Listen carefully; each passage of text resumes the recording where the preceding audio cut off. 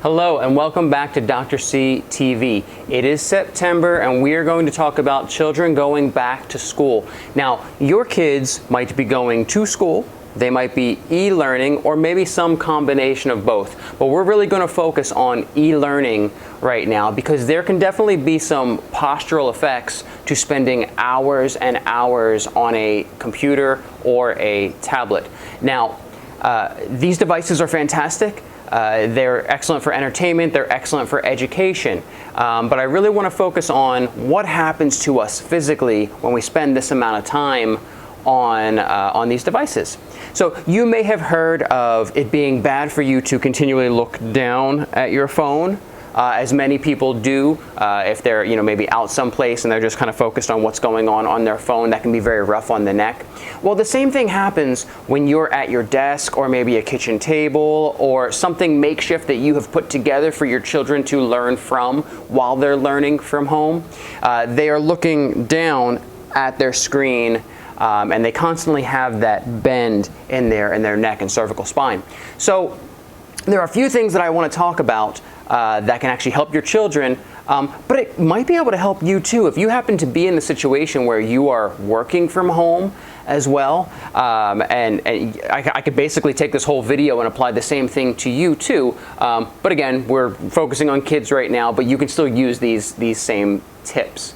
All right, so when you may have heard the term tech neck, and they're basically referring to looking down at a device and the stress that it puts on your neck, your head, maybe your shoulders and your trap muscles as well. So this is not an official term, but it's a term a lot of people use for this type of pain. So kids are being asked right now to spend, I don't know, anywhere from 4 to 6 hours on a computer, and it definitely has an effect. I'm going to use my skeleton here as an example. So you should have a nice curve in your neck, just like this. Well, what happens is when we start to get onto a computer, one of the first things that happens is our shoulders will round forward, right? Maybe we're reaching for a keyboard, or maybe we have a touch screen and we're reaching out to touch the touch screen.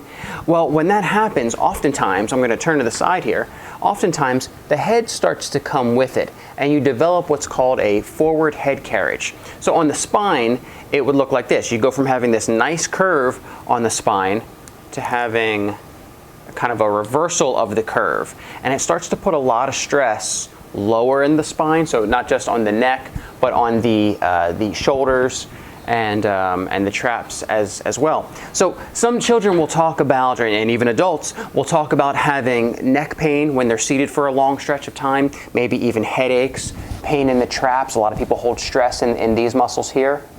And so interestingly, they did a study on children just looking at their posture, and this was before e-learning and this was before the pandemic, but they found that over 50% of children already present with a postural disorder. So e-learning is just adding to the potential of what could happen with our children today.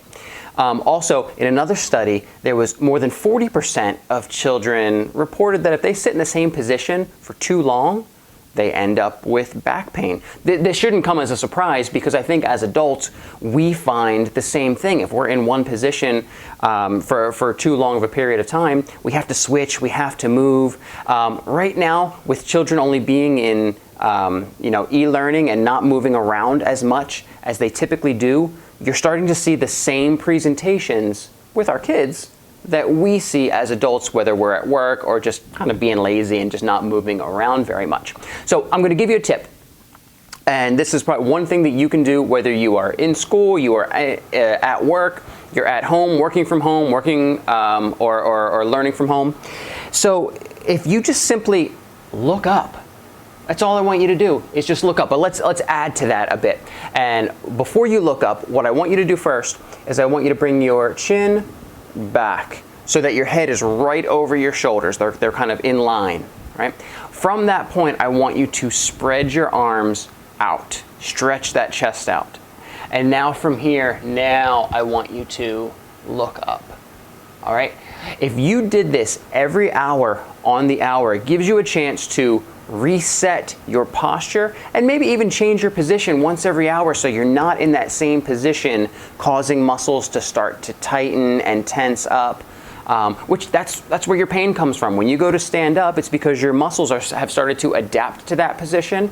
They're getting shorter, they're getting tighter, and then now all of a sudden you stand up and you want to stretch them out. Well, they don't want to stretch out because they've been in one position for so long. So this is fantastic to do whether you are a child or an adult.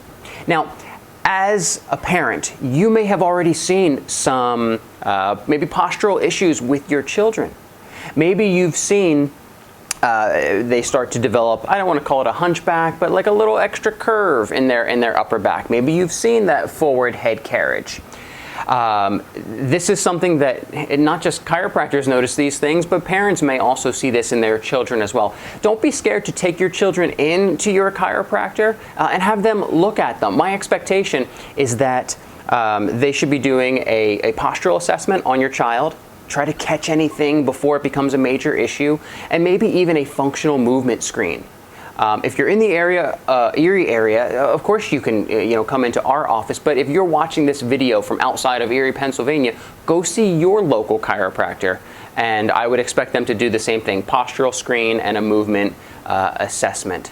But even if you're not going to go into your chiropractor to have something evaluated, I really think that just simply looking up once an hour, every hour, will make a huge difference in the potential for not just your child, but potentially yourself as well, to limit the amount of back pain that you have from sitting, whether you are sitting at work or they are sitting in an e-learning situation. So that was your tip for the week. I am Dr. Jason Cardinale for Dr. C TV. We will see you next time.